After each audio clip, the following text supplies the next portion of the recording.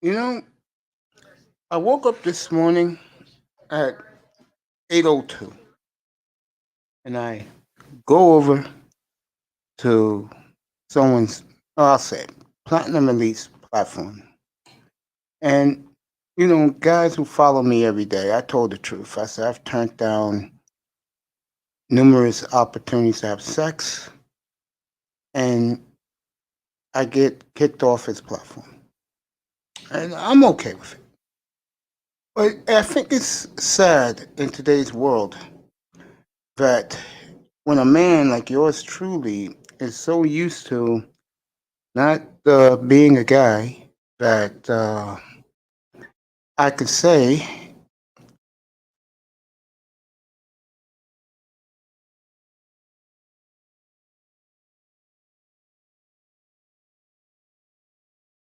yeah, I'm saying that a guy like me is the type of guy that, let's just say, I don't play the field, never played the field, never was a guy that, let's just say, I'm not a ladies' man. I'm nowhere near that. That's the life I live. Like I said a couple of nights ago, I fucked up my own life. Had nothing to do with drugs, anything like that. It had to do with food and drinking. I'm talking about like drinking soda. Boring, I know, guys, but a guy like me was fat most of his life, obese. And when I lost my weight, I stepped my toe in the water with these women. But I come to find out the fuckery plus black woman's fuckery plus I come to realize I am definitely not that cat's meow. I just said, forget women and let me focus on myself. You know, I'm glad that I took that direction at the beginning of the night, of the day, and the end of the night. And I don't fool around during the day. I'm sorry that certain type of men don't not only don't appreciate a guy like me, but let's just say we're both on the opposite end of the spectrum. I have game. I just don't care for it. I use my game because it's a waste of my time. These women could be they're too superficial. But of course, the golden boy, and you know who the golden boy is. Let's just make a spade a spade. The white boy gets an easy pass. It's like Monopoly. Just pass go with these black women, and then the other race of men. So I will not apologize to guys who don't think the way I do. That's their loss, not mine. Sean Jones, what's up, bro? Did you go to the slumber party that's still happening right now? Got a good 9 hours to go, bro. I mean, I'm gonna get an eye test later because I heard he was there last night, and a whole bunch of others that usually come here. I'll tell you something else I did, bro. Sean Jones, you should have came in here last night. I had the fight on last night, bro. Should have came, man. Well, I appreciate you. We should beat Cincinnati today, getting ready for the big one next Sunday, which I will start coverage of the big one a week from today. In exactly 170 hours from now, I will get into that matchup. I will get into that matchup Tuesday morning when I get back from my arm surgery.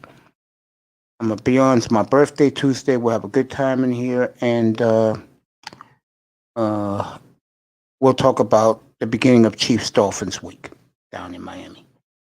Dolphins should go 8-2 today, and excuse me, 8-4 today. They're playing the hapless Bengals, but sometimes you can't underestimate your opponent. So we'll see. Let me get the weather for the games today. What's up, Fireman? What's up, my buddy? Dude, I don't know what to say about the Eagles, bro, but I get the feeling that the Eagles may win today. They say facing that division. Come on up, Pete. I think the Eagles will win today. I do. I think Philly will win today in Green Bay. Green Bay is not an impressive 8-3. They're not.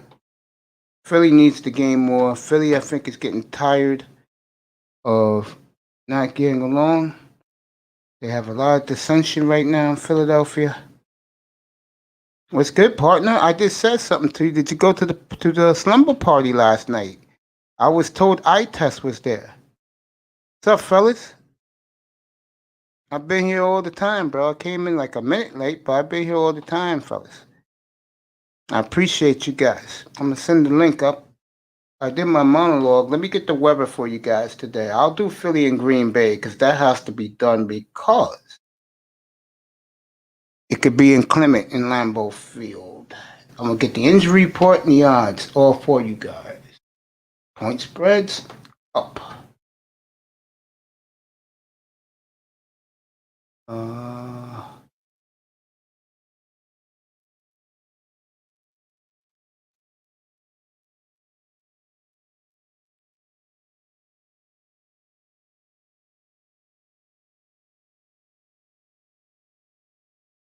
Guys, stay right there. I'm just getting up the weather report. I'll get the. There we go. I got it. NFL weather 2020. All right, got that up. All right, guys. Let me get. I'll get the announcers for your favorite game too today. Tomorrow we got a big one. Pete, coming up now. Getting your ass up here, Pete.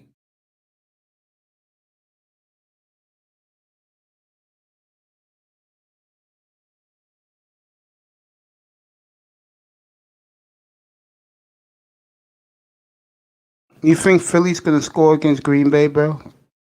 I don't think Philly's gonna score that much. I think it's gonna be a defensive battle. I'm gonna get you the weather for Lambeau in a minute. Pete, get up here. Sean Jones, did you go to the? Did any of you guys go to the slumber party? What's new? Nah, fam, you didn't go? Well, I'll tell you one person that went, and I'm gonna kill him if he pops up here this morning's eye test. My spies told me he was over there at that slumber party.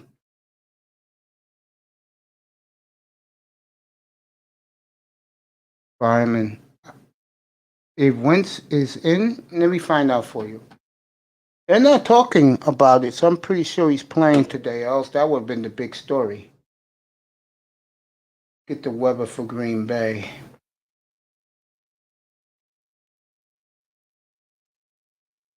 No, they're not playing tonight. Green Bay Philly is 4:30 our time. It's the late CBS game. It's Philly Green Bay. They're not playing. They're not playing tonight. Tonight's the Chiefs and the Broncos.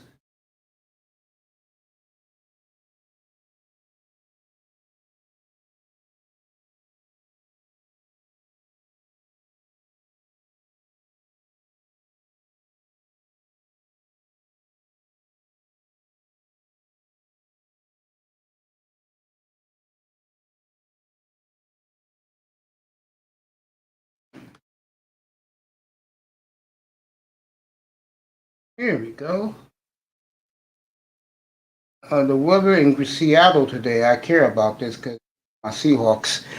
50 degrees kickoff at Quest Field. Green Bay today. 30 degrees. Okay, that's good. No rain in Green Bay. It's good. It's cold, 30-degree, late afternoon in Lambeau. The Jet game today is going to be 34 degrees at kickoff, Jets Raiders. It is cold out there here in New York. I just came back from doing some grocery shopping.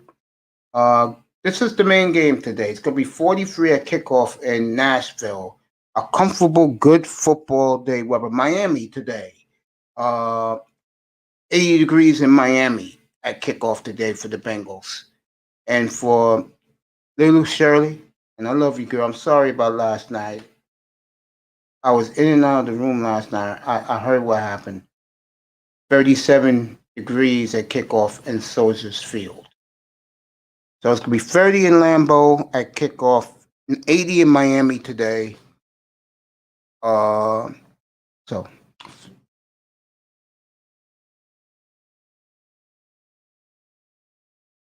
that game's gonna be a slugfest today in Nashville. Game of the day by far. Uh, Next Sunday, we all know there's 3 games next Sunday, all big games, and 4 games. Okay, the main one will be in Miami, Florida, where the Miami Gardens, where the Dolphins and Chiefs will battle. They're the young Miami defense trying to prove a point to let the nation know that they're coming against the greatest, one of the greatest armed talents ever, and young Patrick Mahomes and the firepower of the Kansas City Chiefs. Minnesota and Tampa next week. The winner, I believe, will make the playoffs in the last surge. The loser will not. Plain and simple. And I'm going to say it right now to Tampa Bay and their fan base. Don't don't you dare don't make the playoffs. You know why? Because if you don't make the playoffs, Tampa Bay, I will be on your ass all winter long. All this bullshit hype and the stupid ass pirate hat. Don't lose next Sunday, because you lose, you're not making the playoffs, Tampa Bay. You'll find another way to slip up. What's up, Ian? You'll find another way to slip. You want to come up? Here's the link, bro. We can preview today's game. There is no way. But I think they're going to lose next Sunday, folks. The Vikings are hot right now. They got it together. What was hurting them early in the year was they missed Stephon Diggs. This Jefferson kid is a monster. They're not missing a beat now. They can make a last push. Their games are very winnable. Their big game is next Sunday in Tampa. So if they beat Tampa, and I think they will beat Tampa next Sunday, they'll make the playoffs. Tampa Bay will be eliminated. Plain and simple. Because Tampa Bay is going to slip up against the Falcons. Take your time. Get your coffee. Relax, buddy, down in Texas. It's 20 after 10 down there in Texas. Take your time, bro. I'm here to kick off, bro. Let me get to Tennessee today. Big game of the day. I had Havoc. I forgot his numbers for his symbols up here late last night, 1:30 in the morning, previewing the game with him. He's excited. He really believes that Tennessee should smash him today. I think it's going to be a war in Nashville. And what Tennessee has to deal with is not only Hunt running the ball, Hunt catching the ball out of the backfield. I'm calling it right now. Cleveland will win today. They'll go to 9-3, and you might as well just say the Browns will clinch a playoff spot. They're in. Baltimore is on life support. I told you people about the quarterback there. Other than running the football and throwing it to Mark Andrews, he has a lot of shortcomings, and I don't think he's going to improve. That's a scary thing. I'm a Raven fan. You're going to have to pay him, or if I'm the Ravens, I will move him to a team that needs a quarterback in the draft. And move up. Get him out of there. And draft your young guy. John Harbaugh did it before with Joe Flacco, and move forward. Because this kid, to me, Lamar Jackson, he's just not cutting the mustard. Yeah, I know he won the MVP, but remember, he is a Madden-style quarterback. You know the video game Madden that these losers play? He's one of those. That's what Lamar Jackson is.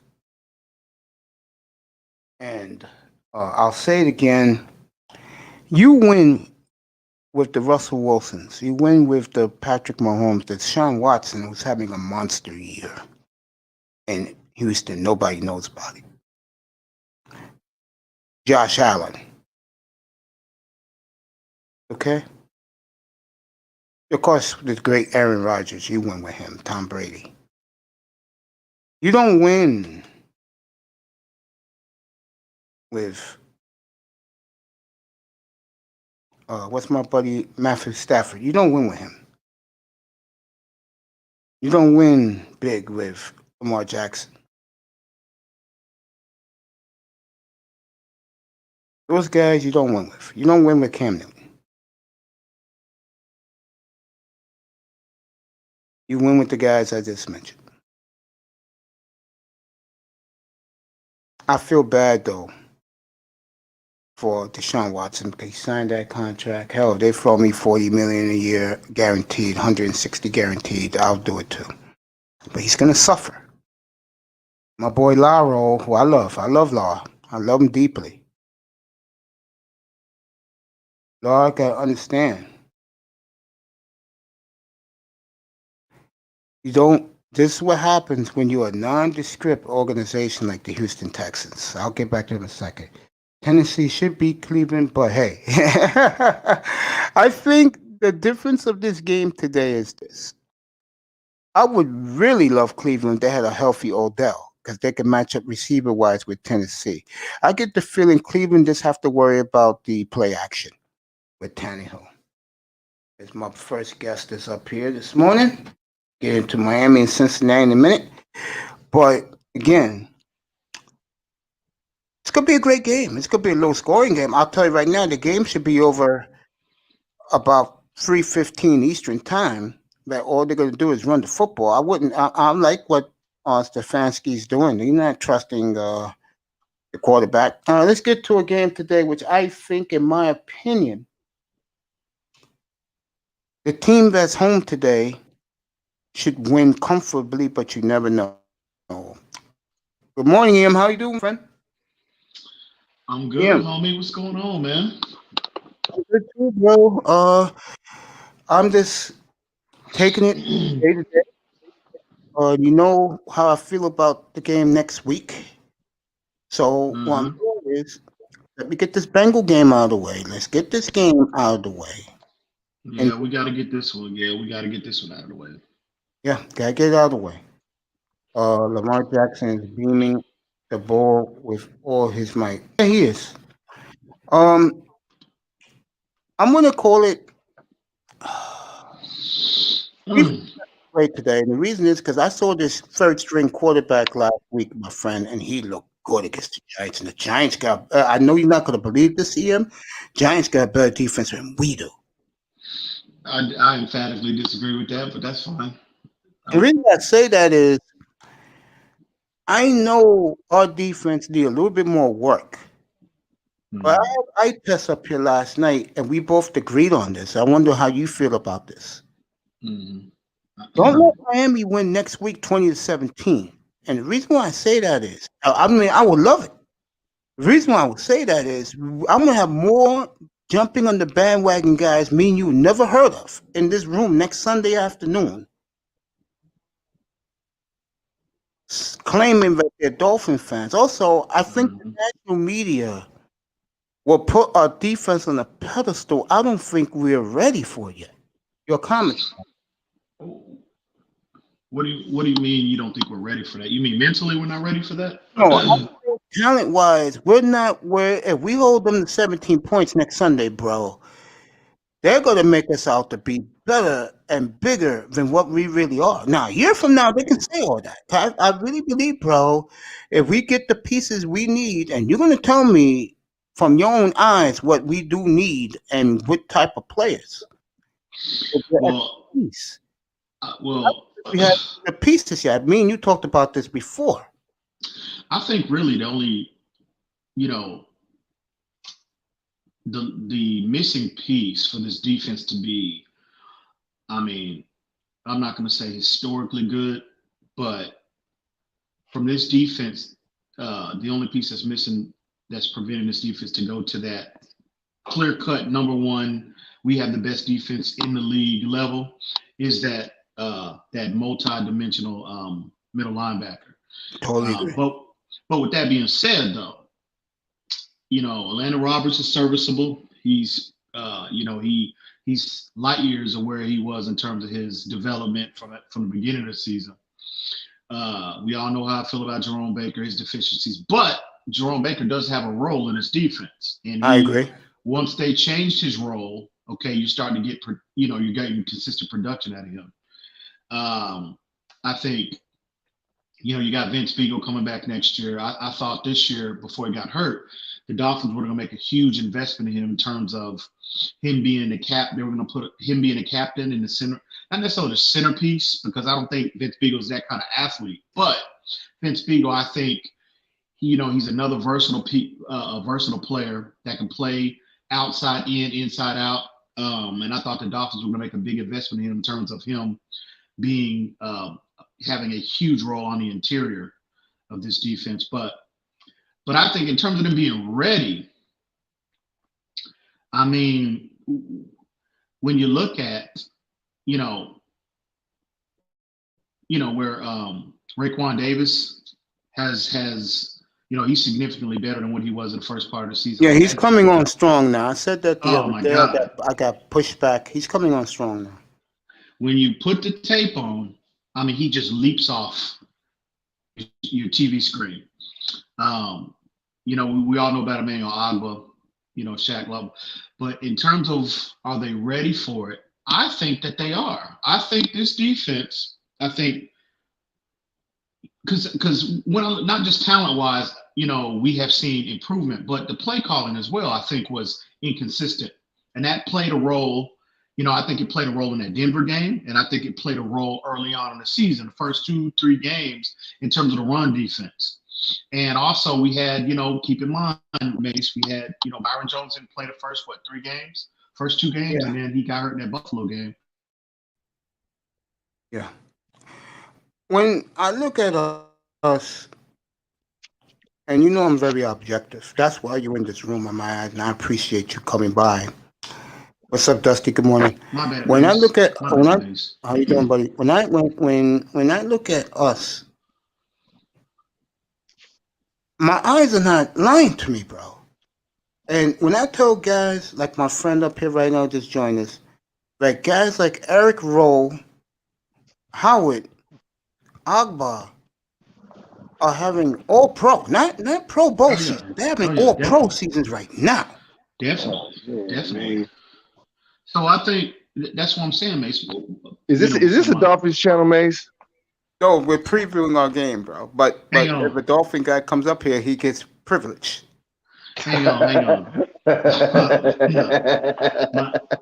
I was gonna finish my point, Mace. You just mentioned those players. Yeah, those three have stood out to me.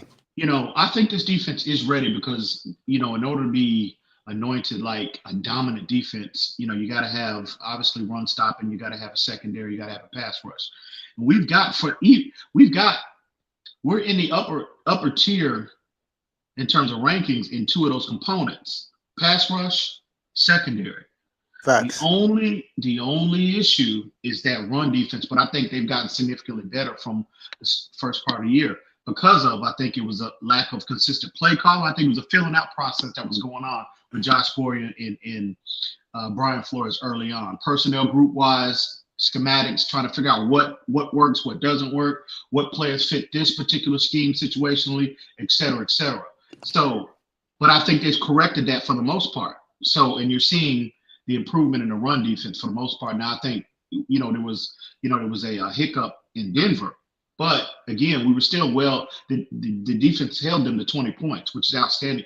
If you can hold a team consistently to 20 points in the NFL, in the NFL, yeah. Oh, you're doing something outstanding. So even with that being said, they only gave up 20 points. So I think. Let me tell you this: the play, which in my opinion has elevated this defense now, was in Denver when Gordon was going for the knockout punch to make it 27-10, and the kids stripped him at the goal line. We got the ball back. We got a field goal. And what's the young man who did that again?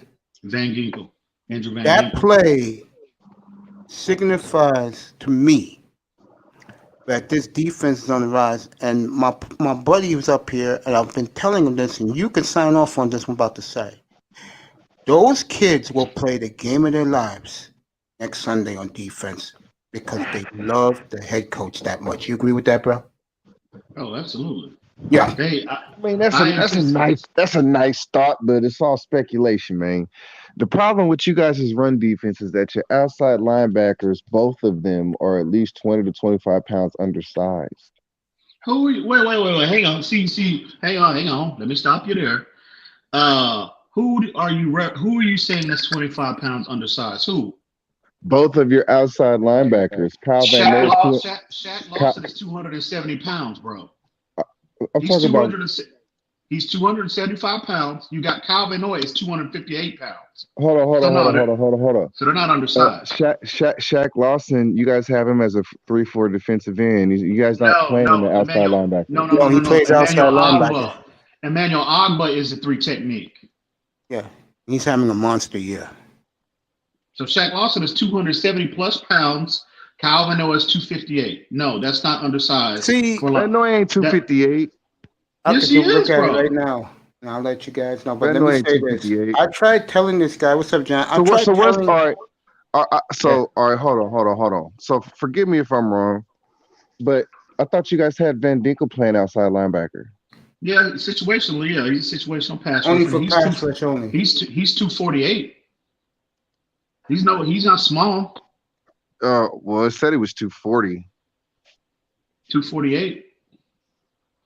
Van Ginkel is not small by any stretch.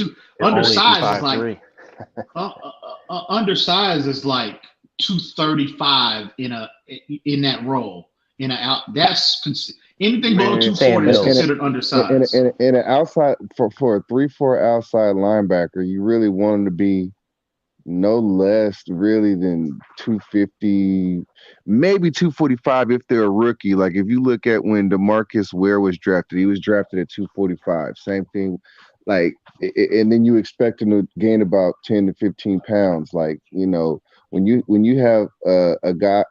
First of all, I'm looking at Van Noy. They say he's 243. They don't say he's 258. No. Van Noy is bigger than that, bro. He's bigger than that. Well, that's what they got him listed as. So that's incorrect. That Van Noy is bigger than that, bro. But yeah, but you know, size is not the problem. I think scheme and I think inconsistency across the board. You know, not just well, again, early on. I think they've gotten significantly better over the last, say, 3-4 games, with the exception of the Denver game.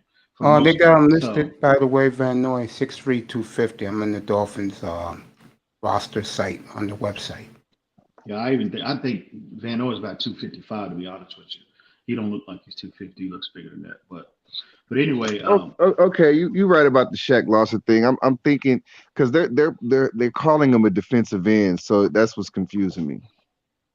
Because we play a multi-dimensional defense. I've been telling you that, Dusty. We don't stay standard. We match up depending on the situations, just like Belichick did in New England. This is how this kid learned from. We do it like that. We match up against whatever the situation. I'm going to say this before I'm going to let you two guys talk, but I'm directing this to EM.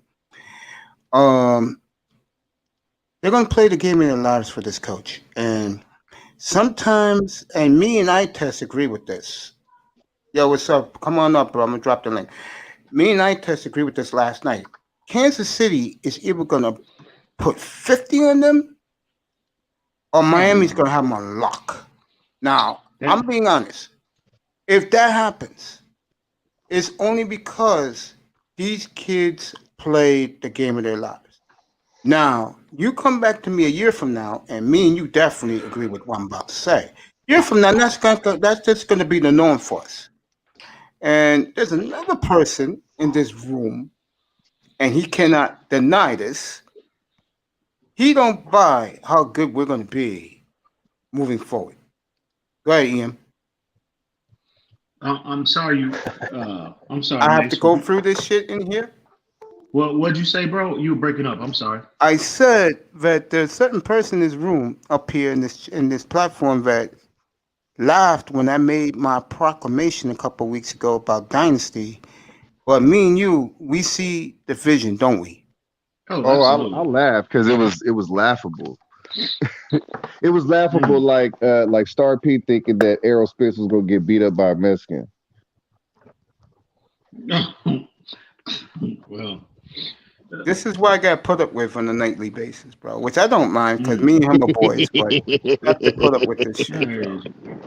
I got two of them up here who think that they don't see what we see. I mean, Yeah, look, I see some good. Look, I see some good things, but the thing, see, Mays, he's so optimistic that, like, it's sickening, you know. And look, I love you to death, Mace, but it's just sometimes your optimism is just like, it's just a little too much for me. You're talking about dynasty, you haven't made the playoffs, you know. You're talking, you know, best defense in the league in a couple years, and it's like based on what? What's coming? I mean, you can make a legitimate argument. We got the best defense right now. What do you mean? I don't see that being too far fetched. Oh man, you can make a legitimate argument. Star Platinum, come up here. All right, so let me ask you a question. If you guys are that good, who's getting double teamed? On defense? Who's getting double teamed? On offense or defense? On defense, who's getting double teamed? Who's demanding a double team? Agbar. That would be Emmanuel Agba, my friend. That would be Raekwon Davis. John, I talked about your game first. Yeah, that would be Raekwon Davis. Yeah, I heard you. It's coming on, bro. I'm telling you, we've got two of those three components from this defense being like, I mean, truly. I mean, obviously it's upper tier type in terms of giving up points allowed, but we've got the dominant secondary. We've got arguably the best cornerback. We got the best tandem of corners in the league, but in my opinion, we've got clearly the best corner in the National Football League. And if you go back to the beginning of the season, let me finish my point. Go ahead, dude. Go ahead, big dog. If you go back to the beginning of the season when I was on different platforms, I said that we could see this type of production from Xavier Howard. When they brought in Byron Jones, because Xavier Howard didn't have to travel with the opposing team's best wide receiver every single game now. So we got arguably the best cornerback, we got the best tandem of quarterbacks. Overall, we got the best secondary period, and we have one of the best edge rushers in the National Football League. Yeah. So that's two of the three components you need to be a dominant defense. So I think, bro, you need to number one, get in the film room. Two, you need to educate yourself a little more on the production this defense is getting, bro. Man, look, I've been watching you guys, man. I've actually been watching you guys. I got the Direct TV, man. So I've been keeping up with y'all. He agrees with you, by the way, about Tua. What up, dog? What up, dog? Hey, don't I owe you some bread? Don't I owe you? What's up with it, man? What up, dog? Salute. Don't I owe you that 20? I'm good, man. Hey, it's Gucci, big dog. Just donate it to some. Just donate it to somebody and say Dusty sent you. No. I'm gonna send. Well, these two are talking about their money. I think next Sunday between me and you, and I'm being honest. You know me, I call it like I see it. I think America's gonna find out how good we are on defense, bro. Talk about the Dolphins, huh, Mace? Yeah. I think our defense is going to prove to the world we're coming. That's just my honest opinion, bro. God damn, the Dolphins been balling. I would agree. This is what I was trying to say, Mace. At the beginning of the season, when I said Howard was your best player, everybody jumped on my face. It was like, you dumb motherfucking Dusty. This nigga's a bust. He's trash. He's this. He's that. And now he's a Pro Bowl. Now he's having a Pro Bowl season. Everybody's like, I'm a fair person, bro. I go by what I see. And if I see the young man balling, which he's been doing, and I will make this statement right now. I told you this yesterday. I'm going to say it again for EM to hear this. EM, you're not going to believe I'm about to tell you, my brother. I really believe we'll play them man to man. Because they don't know our coach. He wants to prove a point, bro. I'm telling you. Either they're going to get blown out or... I test as a Dolphin, right? Yeah, and he said the same thing. He signed off on it up here yesterday. Oh, we're going to see a war on our hands. And a lot of people going to be like, oh, shit. Miami got a defense like that? I'm telling you. Oh my I God! test. I mean, EM, do you agree with that? This your problem, Mace. Knock it off, man. And look, Mace. Look, Og was good, but he's not gonna get it. Look, even my man eye test agreed with me. Og was good, but he's not gonna get no double teams. You know what I'm saying? You have a good secondary. I don't understand. What is this? What is this infatuation with getting double teamed? How does that validate a person's the kind of player he is? Because people like my man EM, I don't understand the defensive end. So what if he ain't getting double?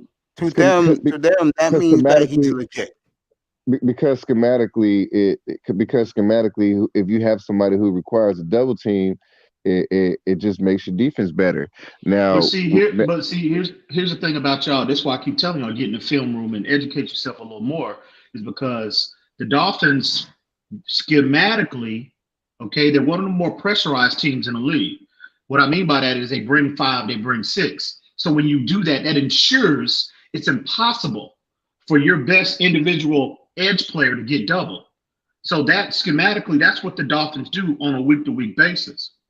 So this infatuation with a double team, that makes no sense to me. I'm sorry. Yeah, so again, he's not happy in the chat room. By the way, I don't blame him. Because me and him signed off on it last night. To be honest, I haven't been seeing all that pressure. Like the last 2 games, I watched.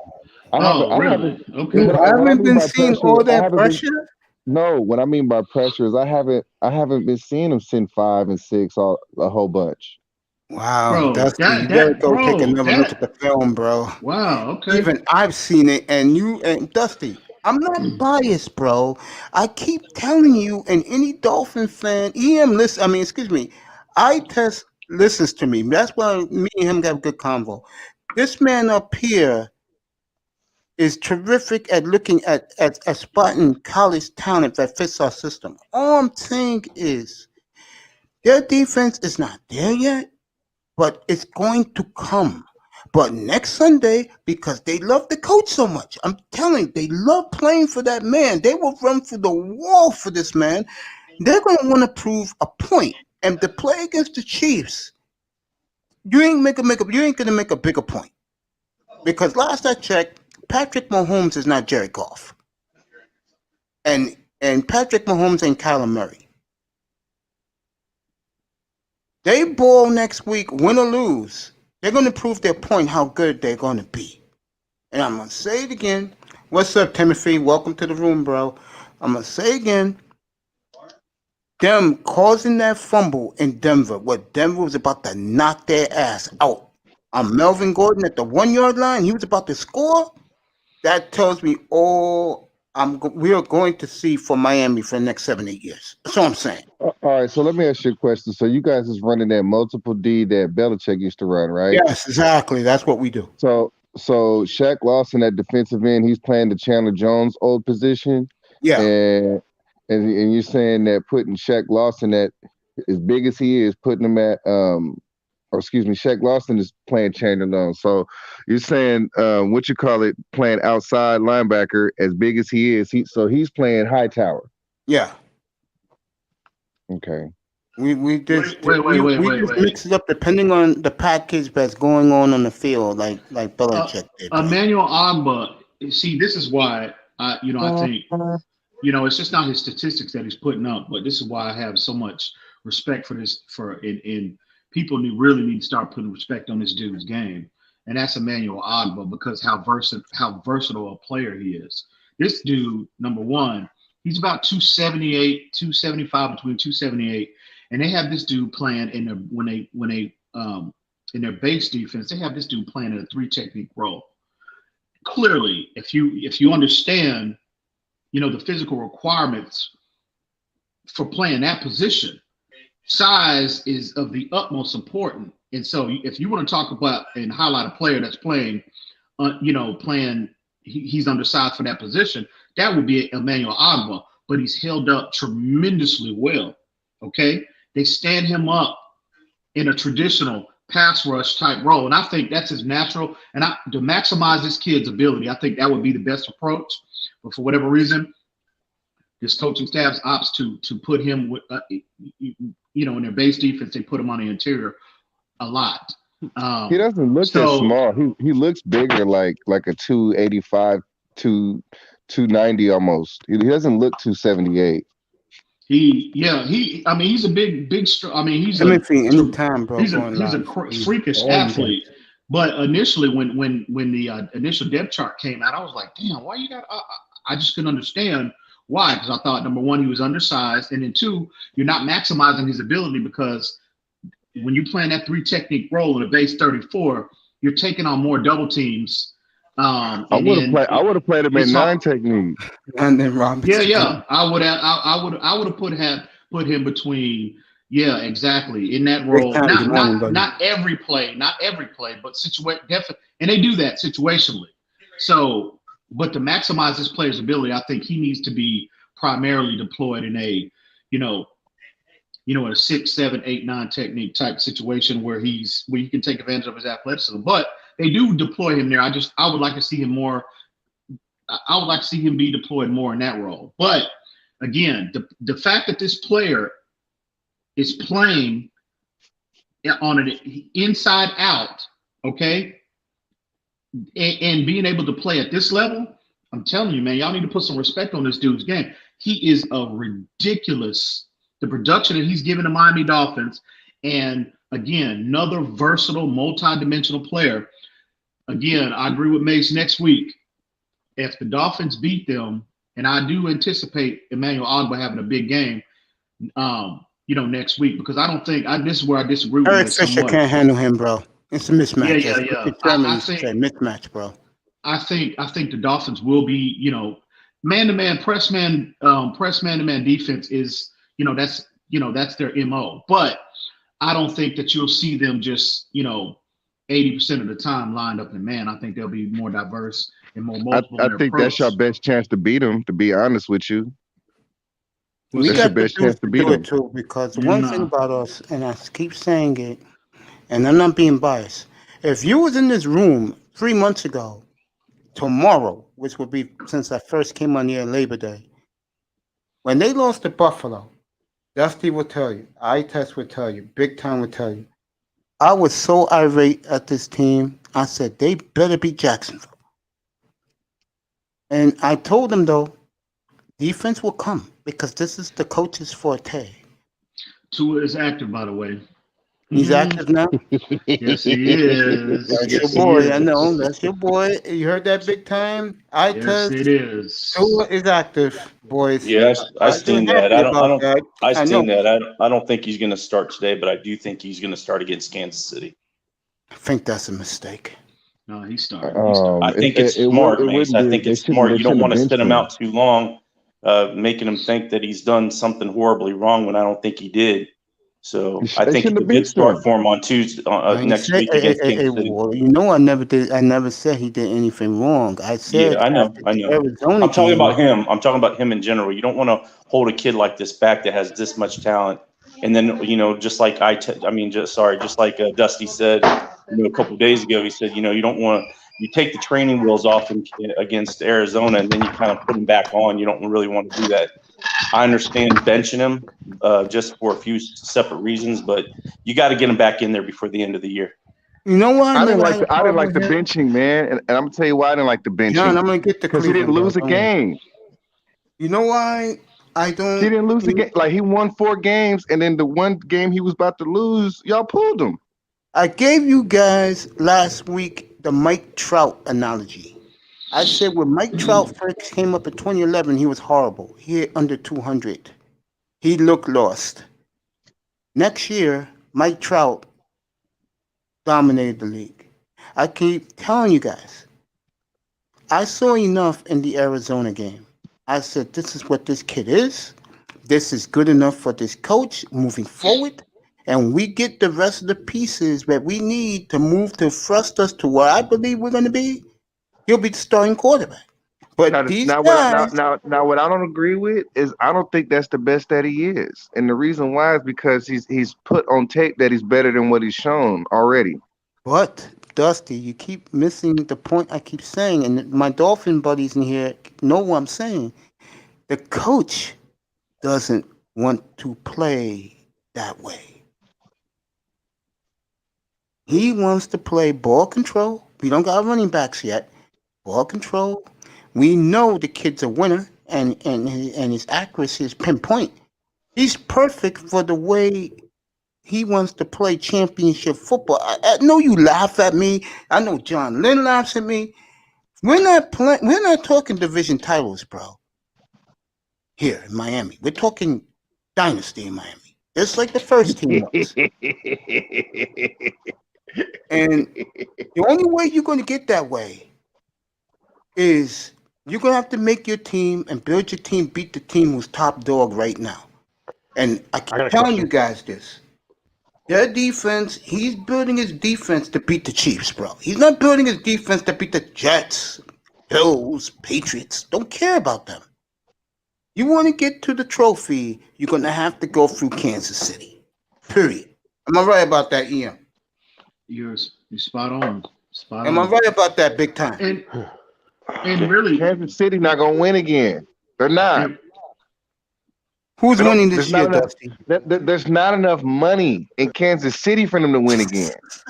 They already paid their stars, bro. Yeah, but this is the thing. There's so many holes on their roster. It's like they're done. Look, dude, they're not gonna. What holes? What holes are you talking about? The Chiefs on defense is lousy, bro. I don't give a damn what anybody says. That's defense is better than a lot of people give them credit for. Yeah, our defensive front. We'll see. They're work in progress. They're work in progress. Should put fucking heat on Mahomes next week. They should. I don't know if they will, but they should. Because if you think I'm buying Swartz and Eric Fisher, you got another thing coming. Man, check this out, man. Look, I'm gonna tell you why they're not gonna win again. And look, and for Mr. John, I'm gonna tell you why they got holes. Because 3 years ago, when they drafted McCole Hardman, they weren't supposed to draft him. Right? If they wouldn't have drafted, huh? Which I like everybody. So I'm trying to figure out how is that relative to them having holes on so many holes on because they should have went corner or defensive end, and that's where their hole is. And then the year after that, they drafted Clyde Edwards-Helaire when they didn't. I ain't gonna say they didn't have to, but they weren't supposed to, and they weren't supposed to because Kareem Hunt wasn't supposed to get in trouble. And had that not happened, they would have had a first-round corner and a first-round defensive end. And that Fireman, you're on point. That's what I mean about they got holes in their roster. No. First off, I agree with you. If Kansas City doesn't win the Super Bowl, it's going to be based off their defense, not their offense. And I agree. Relative average defense at best. Relative to the pass rush, you've got Chris Jones, who's arguably 2 or 3 most dominant interior player in the league. You got Frank Clark, who's a Pro Bowl double-digit sack defensive end. Okay, so you got 2. So your pass rush is not the issue with the Kansas City Chiefs. Your beef come back up secondary. I would say if there's a hole, it would be a hole. It would be at corner. But as of late, I would say the last 3-4 games, their cornerbacks have held up. They've gotten significantly better, bro. I mean, they've lost one game. I mean, I understand. They did have a good game last week, but what I mean by that is like if you just look at their roster, right?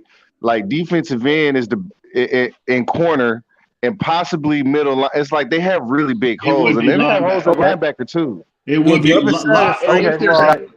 there's a hole, I would say linebacker. I'm going to say it again. And I'm going to agree with Dusty with this one.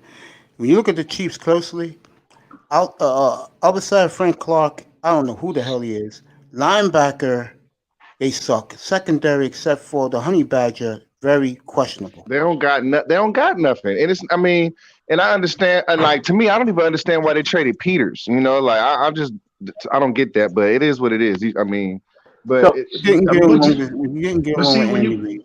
That's what. When you look at the Kansas City Chiefs defense, well, their team overall. See, people. The thing with Kansas City is that people always like to focus on one side or the other.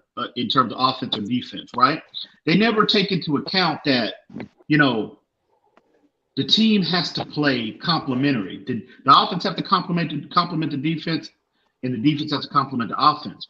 The Chiefs are built perfectly similar to what we are. They're built, okay? They're built best playing with a lead. And 99.9% of the times, the Kansas City Chiefs are going to have a lead. Yes. So when you're consistently up 14, 17 points, teams, again, when you think about the opposition, teams don't run the football to get caught up. They throw the football, right? So with that being said, again, Steve Spagnuolo's the defensive coordinator. When they get that 14-point lead, they know they're deficient at the cornerback position. They know that. So the Chiefs, when you look at schematically, they're one of the more pressurized teams as well, because they know they just can't sit back and play coverage because they don't have guys that can hold up. But you got Frank Clark again, and you have Chris Jones, two of the better, in terms of a pass rush, two of the better players at their respective positions in the National Football League. So again, they're built perfectly to complement one another, offense as well as the defense. They're constantly playing for the lead. So when you can do that, you can pin your ears back. It gives you so much more versatility how you scheme the opposing offense. With that being said, so people need to stop focusing on one side or the other, and they need to take into account that both sides have to complement one another. Look at how we're a different team. Look at how we're a different team, not defense, but team overall. When we're playing with a lead and when we're not playing with a lead. I agree with that, but what I want to say to that point. And by the way, welcome, sir. What I want to say, EM, right? Yeah. The team is built to play with a lead. And they built their team based on how they drafted their players, like Dusty said. Like what they did was they realized, damn, we have a lot of holes on defense. So what do? We strengthen our strength. So we make sure that our offense is so overpowering that it could make up for the lack of holes in our defense.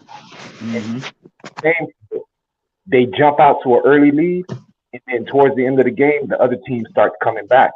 That's how their team works. Like they build up such a lead that when they know their defense can't hold up and the team starts like figuring them out in the second, third, fourth quarter, the lead is so, insurmountable that they still win the game 24-27. You know what I'm saying? So they're a jump out early team offense, what mask the holes of the defense by putting up so many points, but by the time the other team's defense figures out the offense, they've already got like 24 points, and now you gotta play catch up, throwing the ball, putting the ball in harm's way most of the time.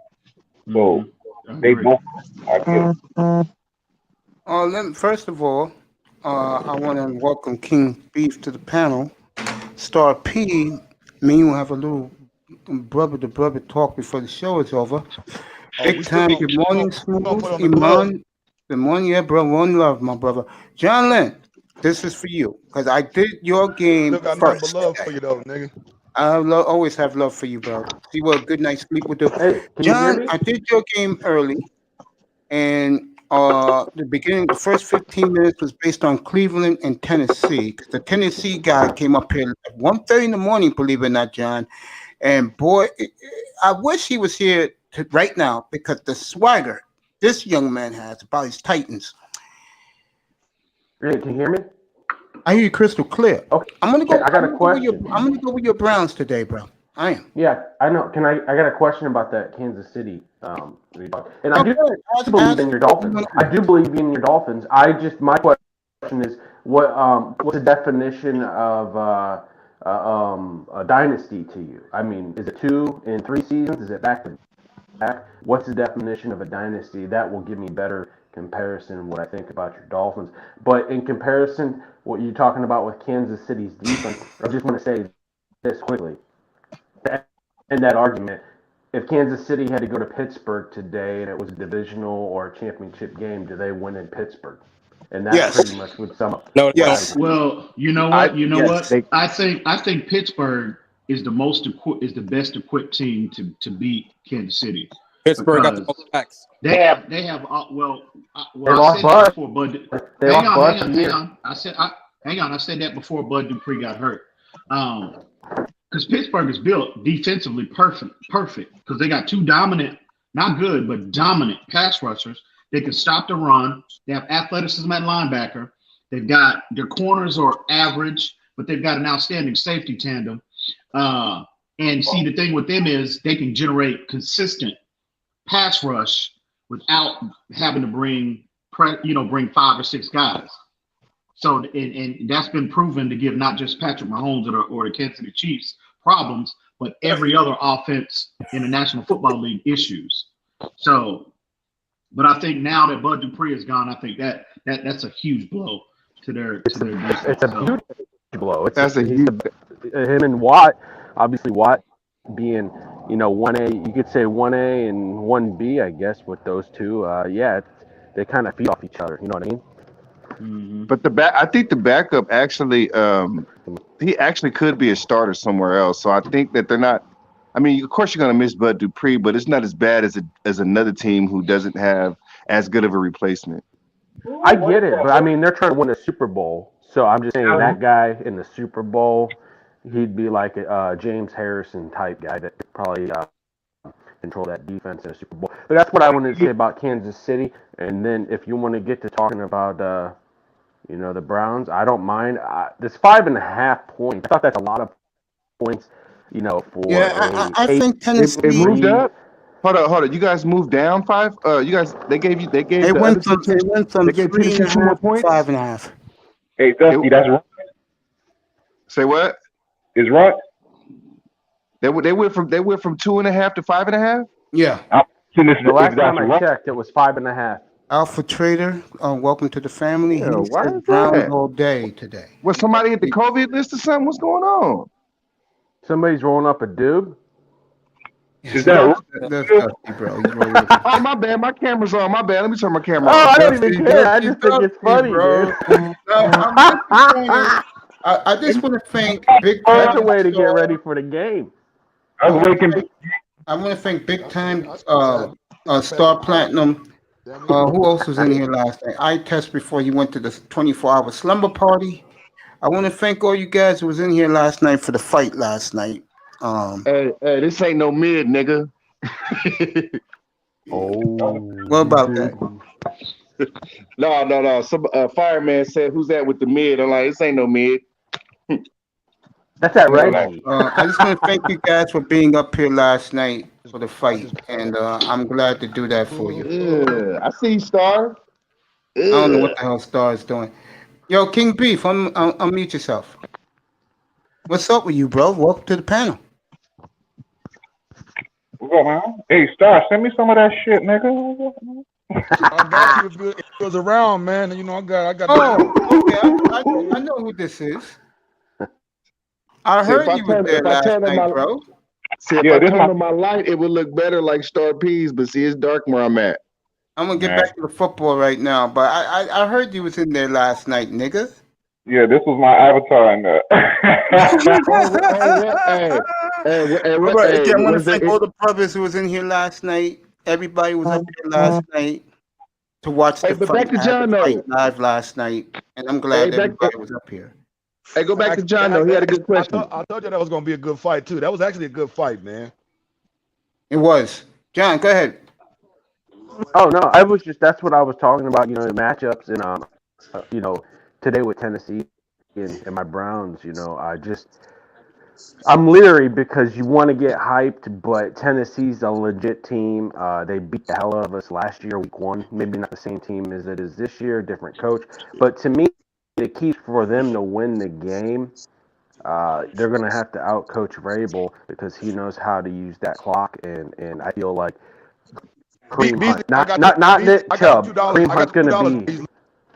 Go ahead. Hey, man, you guys are going to beat them, and I'm going to tell you why. The only place where they're better than you is wide receiver, and you every other position you guys are better. What about coaching? I don't think Vrabel ain't shit. Okay. Just as much as I think this is not coming from me. I think Vrabel's a big dummy, but that's just me. I don't think Vrabel's a good coach. I just don't. Okay. But I think they're going to try to stack the box, obviously, with Chubb, and then I think, like I said, you don't want to, we don't need Baker to go out there and make these huge plays, but what we need him to do is protect the ball, and I hope they do the rollout like they've been doing. Throw it to the tight end, throw it to Kareem Hunt. I could love to see Kareem Hunt, just have like 10 catches for 100 yards today. Man, you guys are gonna win, and I'm gonna tell you why. As much as I love Odell Beckham Jr., I know. now that he's hurt, you don't have to even act like you want to. You don't say what? No, I agree with you. With him gone, it gives. I'm saying, now that he's gone, you don't even have to act like you want to pass it no more. What's his name? It's like he's a totally different wide receiver now. And I know they're friends. I know they're friends, and they went to school together. But I feel like what's his name? I'm losing contact. Our wide receiver there. Jarvis Landry. Landry. He reminds me of how he got receptions. He's a good player. Yeah. No, I know that, but he's reminding me of what he was 2 years ago when he came to the Browns, and he was like, that shit's contagious. You know, he was out there making big plays, and then when ODB came, which was great, it just seemed like, you know, things kind of dynamic changed, and I feel like after watching last week's game, you know, he was making big play after big play. Kansas City because Odell requires he requires 10 targets a game. That's the problem. Kansas City Chiefs this morning had multiple players had a COVID scare that just came from Jay Glazer. Damn, Kansas City did? Yeah. Offensive linemen? They didn't say the positions. They said multiple players. That means a lot of guys had false COVID scare this morning. Yeah, Jay Glazer just said that. Ian, here's my question to you, and I want Big Time and I want King Beef to answer this too. What would you trade Cleveland for Odell Beckham? What pick would you trade him, or would you trade for him at all? He's a first-round pick. You should be able to get a first-round pick for him. No, hell no. I'm not giving up. I'm not giving him no first round for his baggage. I would entertain. I would offer a fourth. Perfection. Or a fourth, maybe a conditional third. Because number one, he's coming off injury. That's number one. Mm-hmm. Now, I do think Odell can, I think he would be perfect for Tua. He would be, he's a natural separator. Mm-hmm. Now considering he comes back, 100%, and he still has that explosion that he had prior to his injury, but he would fit exactly what we need in terms of this. In terms of our wide receiving core. And, so what do you give up for him? What do you give up for him coming off an ACL then? I just said a fourth. I just said a fourth. Maybe a conditional third at the most.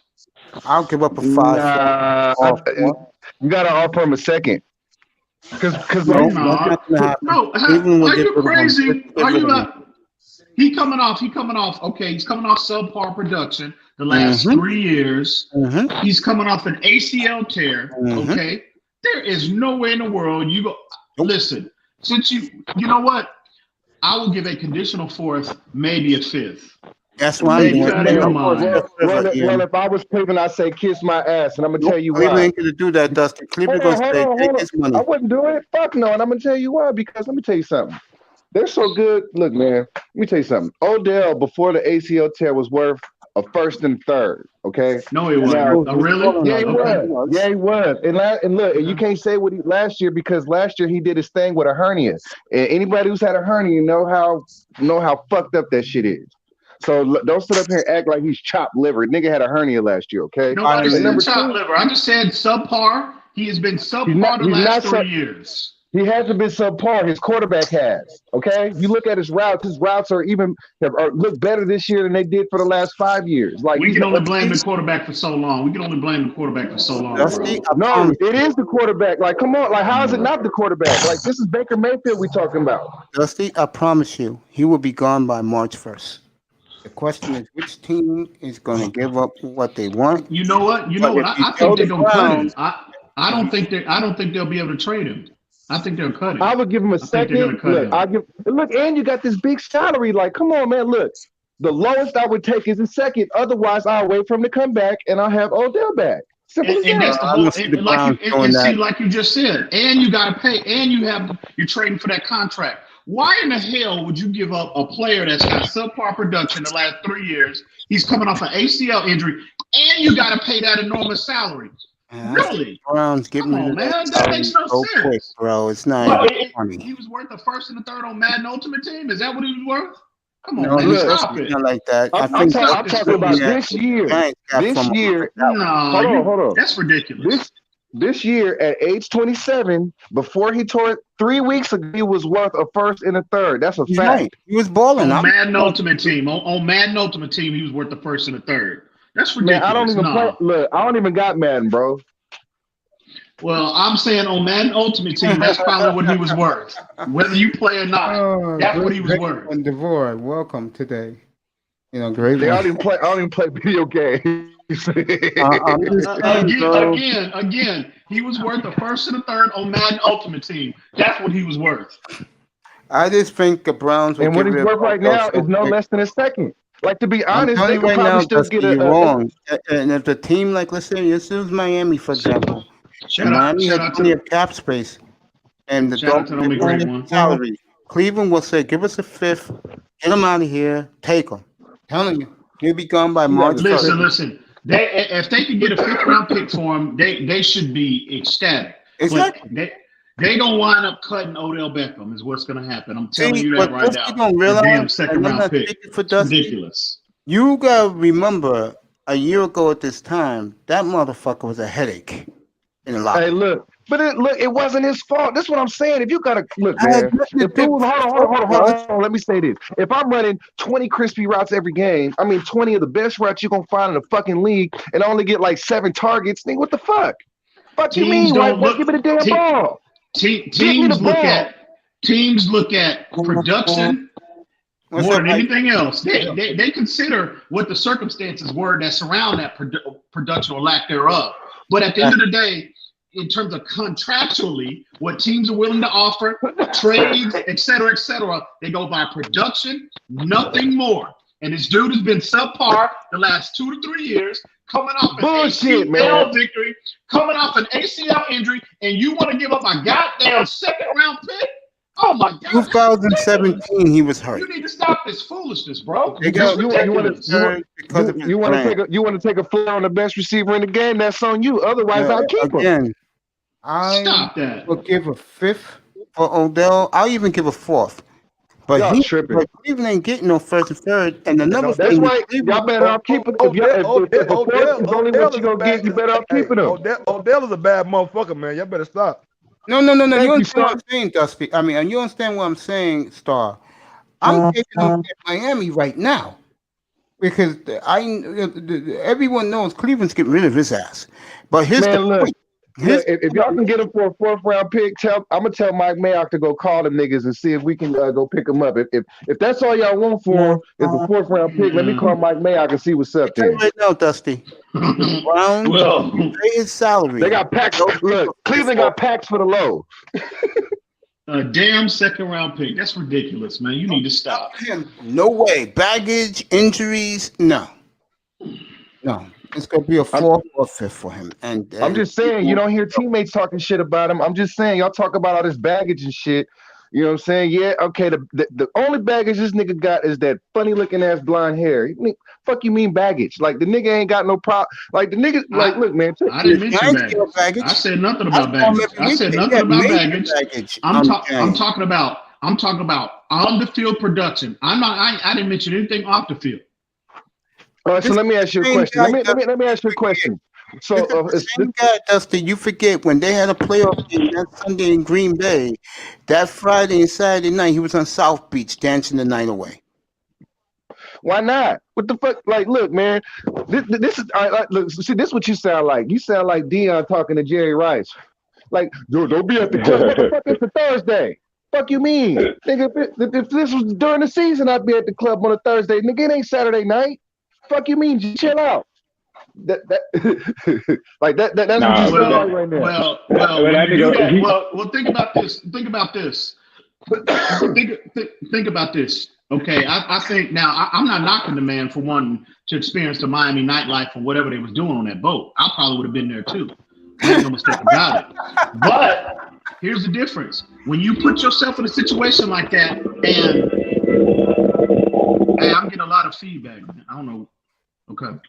In the optics, considering considering you have a playoff game on Sunday, the optics don't look are not ideal.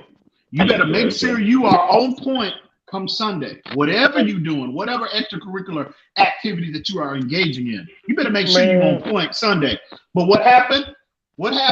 He went to bed on Sunday. That's what happened.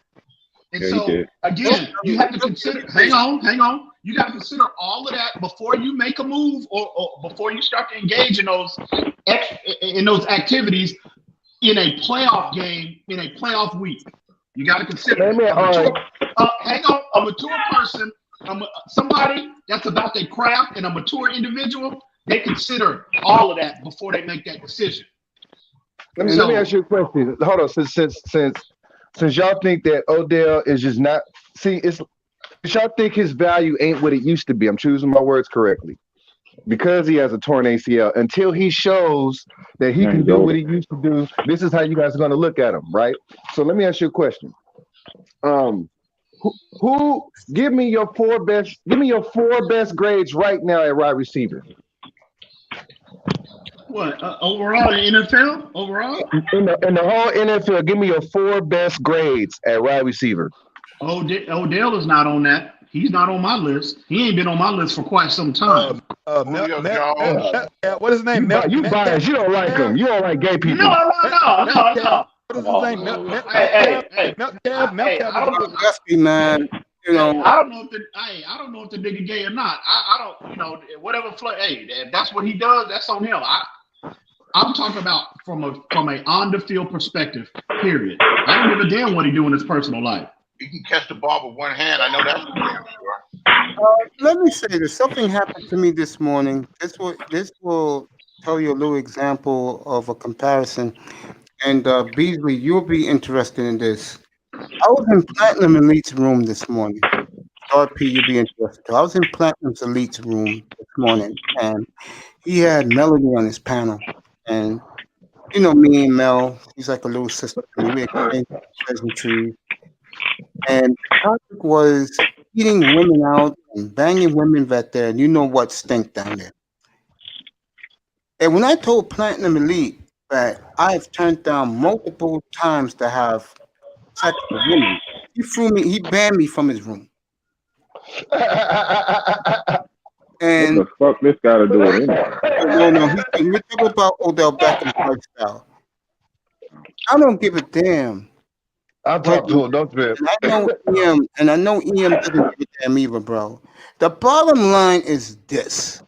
You do not be on fucking South Beach, Dusty, a Friday and Saturday night of a playoff game in Lambeau Field.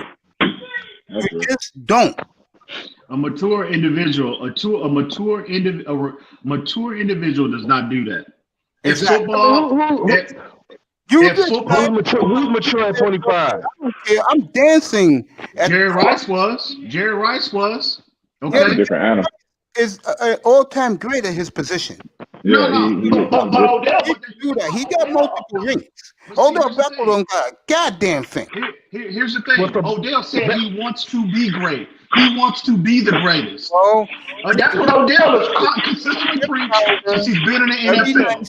And he'll be on a dynasty team in the next 2 years. He'll be the Paul Warfield of this Dolphin dynasty. Man, look, man. Give me if Odell ain't the best, give me your 4 best grades. Hopkins, Julio, AB 2 years ago, and who else? Devontae Parker. I'll take Adams too. Devontae Parker. I'll go. No, I said Devontae Parker, and I know Devontae Adams. I'll take Adams. Parker. Yeah, I'm gonna go Adams. I'm gonna go Hopkins, of course. You wouldn't put Tyreek Hill on that list? Hell no. No, okay.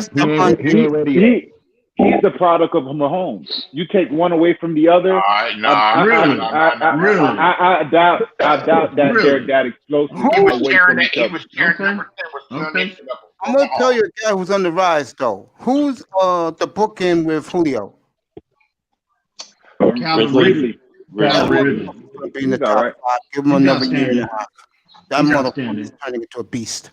Yeah, he can ball. Shit, What Justin about? Jefferson, he going up there quick, bro. Like, Yeah.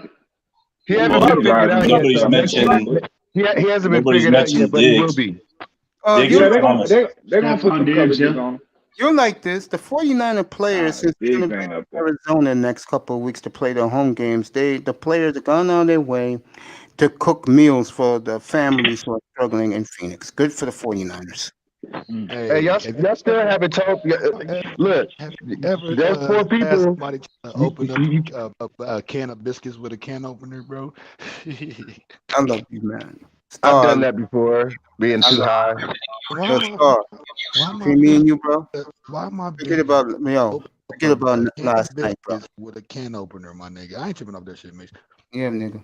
Dang, I just want to throw y'all niggas. Y'all hear that shit? What I just said? I heard what you You said a about high ass the can. nigga. Bitch just tried to open a can of biscuits with a can opener, nigga. That's a Fucking can of biscuits with a can. Fuck it, this. Rip it like twist it like the Incredible Hulk, and it's open, and the dough comes out of the package. God damn, I thought her better than that. God damn, don't say nothing though, y'all. Shut I up. won't say nothing. I want to get back to Beckham, and I want EM and Dusty, and even big time any of you guys. Right now, and I'm being honest, with his baggage he had in New York, and he had baggage, he was a problem in the locker room last year in Cleveland. Now Cleveland got off to a good start. Says who? Well, I'm gonna tell you this right now. If Stefanski has his way, and I think he will, because you got a winning season in the playoff season, so you're going to get privileges as a head coach with Jimmy Haslam. He wants him out, he'll be out. And a 5th rounder, take the salary, will do it. Any team. Hey, y'all, put your 4 best receiver grades in the chat. Anybody in the chat? Best See, and that's the reason why I'm doing this, because even with Odell's torn ACL, the reason why I'm making y'all do this is because even with his tore ACL, you can't put 4 niggas that's better than him. Hopkins, Julio, Oh my God, Adams. I think Calvin. Okay. You can make an argument. You can make an argument. Jarvis Landry. Let me rephrase that. I mean, let me rephrase that. Let me rephrase that. More than 4 niggas that's better than him. Like, he belong in the top 5. That's what I meant to say. I said Calvin Ridley. I said Devontae Adams. Of course, Hopkins. Stephon Diggs is better at this point. Diggs. No. Devontae Parker. I would say Devontae Parker is better. I would say Devontae Parker is better at this point. You trolling, bro? No, I'm dead serious, bro. I'm telling you straight face. Henry Ruggs is better, bro. Yo, skill for skill. People say one thing, EM and skill for skill, dog. Parker is a beast. He just hasn't had a quarterback to show it. I will promise you one thing, fellas. The world will know who Devontae Parker is. I guarantee you next Sunday, because nobody is going to cover him, bro. See, this is the thing about what I mean. He's not a top 5 receiver. Odell is. Yeah, he is. Yeah, he is. No, the only reason reason Parker isn't top 5 is because he's had inconsistent quarterback play. You give him you give him Drew Brees. You give him a top tier quarterback. Matt Ryan. Give him Matt Ryan. Devontae will be a household name, bro, because his next Sunday, folks, I promise you. He will be next Sunday. His physical attributes. I haven't seen a person high point the ball since Megatron like he does, bro. And at that size, bro, to be running a 4-4, 4-3, you know what I'm saying? And he don't drop the ball like DK. You feel me? He could position himself, dog. Like, all he needs is a top tier quarterback. And Devontae, like, I remember when they were gonna trade him, and you remember that game he had on Jacksonville that Thursday night? Bro, everybody in the league was salivating for the Dolphins to trade him, bro. I thought he was going to San Francisco. I was like, yo, we can get fucking Devontae. This the thing, though. See, I was in here, though, and when I was in here saying when my man Mace was killing him, as he liked to say, I was the one that was like, nah, nigga, you tripping. Devontae Parker, he hasn't diminished at all. He just got Tannehill that's throwing him in the fucking linebackers and shit. You know what I'm saying? But he doesn't belong in this conversation. Dusty, me and you know route runners. We know receivers, bro. You can't tell me that Devontae Parker's attributes, bro, ain't been hampered by his quarterback play. I'm agreeing with you. Well, I'm gonna say this. I'm gonna say this. The biggest issue that has plagued Parker has been durability. He, throughout his career. Last year was the first year that he played 16 games, and we saw the production we got for him last year. Okay, bro, I think that was an Adam Gase thing. He ain't fuck with Adam Gase, and he knew Adam Gase was gonna fuck his career up. So I think he purposely was like, man, I ain't finna go hard for this practice.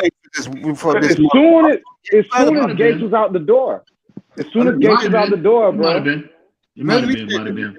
Timothy Hourglass puts this, and maybe he's 2015.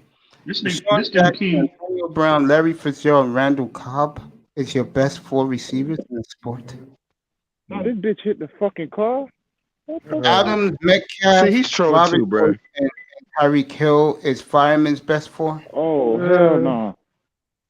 Metcalf don't belong in that conversation. I don't agree with that. Without the scramble, without Russ and the scramble drill, he wouldn't be able to do it. Oh my God, are you? Really? Oh, so you would take? So you gonna take? Metcalf is kind of slow, but he got hands. Metcalf got hands though. Metcalf is slow at his cut. He's not a good. He doesn't. Dusty that's straight away. That's a 4.3. That's a 4.3 guy that's 225 pounds, bro. Are you serious? But he doesn't run. I'm dead serious because he's not. He doesn't come out of his cut. He's not quick. He's fast, but he's not quick. I mean, and then another thing, he doesn't run. Hold up. He runs really bad routes. And the only thing that's saving him, the only thing that's saving him is that he's good at the scramble drill. That's it. And the fear of the speed. Like, you know how he gets open with the hitches and the comeback? They're so fucking scared that he's gonna run by them that they give him that cushion. So it's not like the whole point. That's the whole point, bro. But what I'm saying, when you put somebody like Jalen Ramsey on him, somebody that could get physical and run with him, you feel me? He ain't doing all that shit because his hips don't dip that low, bro. I played receiver, bro. I'm watching all that shit. His hips are high as fuck when he's coming out his breaks, bro. There's no way. Eye test. This eye test. Yeah, this is me, bro. I ain't changed my avatar. I was in that shit last night, bro. He was in that slumber party last night. I said, man, this nigga sound like eye test. Who is this dude, bro? I thought he was somebody new, and I didn't realize he didn't want to answer me. But then I heard his voice. I said, "Oh, you nigga, I know, I'm the nigga." I just kept talking about. I'm gonna chill out, man. I'm gonna listen to y'all. But you know what? Megatron was not that kind of player either. You know what I mean? He wasn't. Megatron. Crisp. No. Megatron was magnificent. He was crispy with it. He ran so many routes. Stop. That he ran his knees down. Stop it. Stop with the nonsense. Stop. Please stop. He burned the bone at 29. How much are you practicing? Come on, man. Stop it. You need to stop this foolishness, bro. That's why already you have been misinforming. You misinforming the fan base, bro. Stop. Megatron was not his MO. Was not route running, bro. We need to pray for you. Oh no, bro. That's twice you try to mislead the fan base. I won't stand for it. You need to stop it. All right, well, prove me wrong then. Well, try to convince me otherwise. Because I'm gonna make my mind impartial. Convince me otherwise. I already got you once, so I'm gonna get you again real quick. First off, Megatron, okay, when you look at him and DK Metcalf, similar players in terms of body type, deep speed, vertical leap, et cetera, okay. Megatron he's a little taller, about 6'4", I would say. Same body, weight-wise, they were about 230. About 230. And he's bigger, 10 pounds heavier than what DK Metcalf is. Megatron didn't have the best feet. He was not, quote unquote, the most refined route runner. That was always been the MO on Megatron. But he would give you just enough to where teams would have to, because obviously, number one, when you're defending players like Megatron and DK Metcalf, like the cushion that I just referenced earlier, teams are so fearful of them running by him, okay, they're going to give you that cushion. So with that being said, I think Metcalf has gotten significantly better from when he came into the league last year with his route running. You know what I mean? Being able to offer something, offer more of the route tree. Are you a Seahawks fan? Now, hang on. He's not Stephon Diggs. He's not Stephon Diggs. Seahawks fan. He's not Stephon Diggs. He's not Adam Thielen. He's not Antonio Brown. He's not going to ever be that because physically he just can't do what they do because those are smaller, quicker, more agile players. It's just impossible. But if he offers just enough of an illusion to that opposing DB, okay, in terms of incorporate more of the route tree in his game, that's just is what you get now. This is why he's considered a top 2 or 3 wide receiver at this point. Now, Jalen Ramsey, he had a good game against him. Jalen Ramsey had a good game. Jalen Ramsey is similar body type to what Metcalf is in terms of like he's a bigger corner.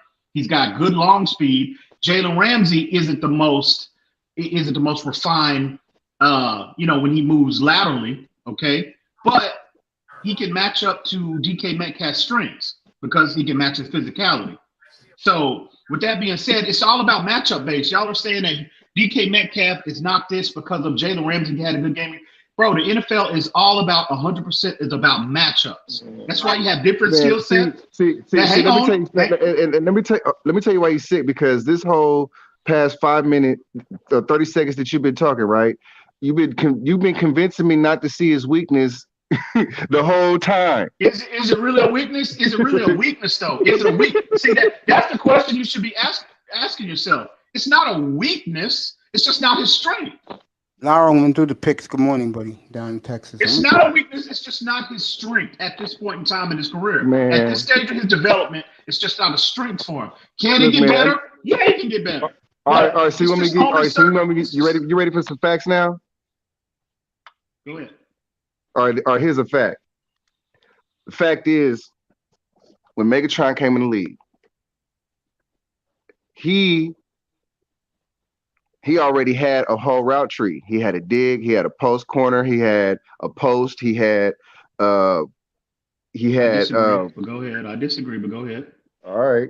He had that one. All right. Did you not? All right. Did you watch the 2000? Did you watch that combine that year? The year Megatron came out? Right. The year Jamarcus Russell got on his knee and threw it. Yeah. See, so when you watch that, did you remember who threw to him? No. I don't remember that. See, this is the thing about Megatron, man. He showed you because he ran routes and he caught and he did every drill. You know what I'm saying? He did everything. He did every route. And when he did every route, you could see that the first 5 to 6 steps all look the same on every route. It's one thing doing it at the combine. Hold on. Okay, go ahead. My bad. Go ahead, homie. Go ahead. The first 5 to 6 steps on every route look the same. And so what that tells me is if you could make your first 5, 6 steps, 7, 8 steps on some other occasions look the same in every route, you don't know what he's running. Lara, I'll put the picks in the private chat. That goes back to that illusion that I referenced when I was talking about DK. That's what I'm talking about. That's not illusion. That is, because like you just said, bro, you're giving first off, the DB does not know where that route is going to develop. He can only speculate. Let me finish. Now let me finish. Okay, go ahead. Now, if you watch the Dion and Jerry Rice documentary, that was not that one. Jerry Rice always said he always wanted to make every route look like it was the same. That way you didn't know what I was doing. Now, that's what illusion means, bro. That's what illusion means. Look, man. Look, I watched everything that Megatron did so many times because I wanted him. Because I was like, I just hope we don't take Jamarcus Russell. Let's take Megatron. I watched everything that boy did 100 times. Okay, like there was not a route that he couldn't run. That's a fact. That's a fact. I emphatically disagree. First off, doing it in the combine, doing it in the combine. Hang on. I'll let you talk. Doing it in the combine doing it in the combine and doing it in the combine in your underwear, as opposed to doing it on Sundays when the bullets are flying with pads on, are two totally different things, bro. So what I'm saying is, I'm not saying Megatron was a deficient player in terms of route running. I'm not saying that at all. What I'm saying is that he and Metcalf are very similar players they're not deficient in that area. Metcalf is still hang on. But did you see Metcalf? See, the reason why I was talking about Megatron at the combine, because I wanted there was a very distinct difference between Megatron at the combine and DK Metcalf at the combine. Well, we see very distinct difference. Well, we've seen. Okay. Well, that's probably what. Well, that was a knock on him sliding to the second round. But we clearly saw initially, as soon as this kid put on pads and got on the field, we saw there was a misevaluation on him. In terms of it was clearly a evaluate his hands. His hands were another question, and he does drop a lot of balls, bro. That's why they took AJ Brown opposed to him. AJ Brown was the goon. AJ Brown and AJ Brown is dope. I thought Frisco was gonna pick him. T.O. dropped a lot of balls. I like D.O. T.O. dropped it, but clearly DK Metcalf is the better player. We all know that. Okay. Then who? Then T.O.? Listen. AJ Brown. Then AJ Brown. No, he's not. No, he's not. I guess we're gonna have to agree to disagree on that one. But let me finish my point. Let me finish my point about what I was saying. Let me go finish. ahead with your sickness. Okay. So what I'm saying is, Metcalf and Megatron. That's why I say they're similar players, the body type, whatever. But it's just certain things in a route tree that they're not going to be able to do, like smaller, like receivers, receivers that are smaller, because they don't have. They're bigger players, 220 plus pounds. It's only, they're not going to be able to be Stephon Diggs in terms of route running. You just have to play to your strengths, and you just can't be deficient in that area. But I think, again, Megatron, to be fair, Megatron and DK Metcalf give enough of an illusion in terms of the route tree to where teams, that's another aspect of their games that teams have to prepare for. And if you do that, you just can't be horrible at it. Exceptional route runner. I think you EM. Look, I'm not trying to start an argument. Bro, just watch just watch Calvin Johnson's route running. That was why they called him a unicorn. A nigga that size, him and Julio ain't supposed to be running routes like you said.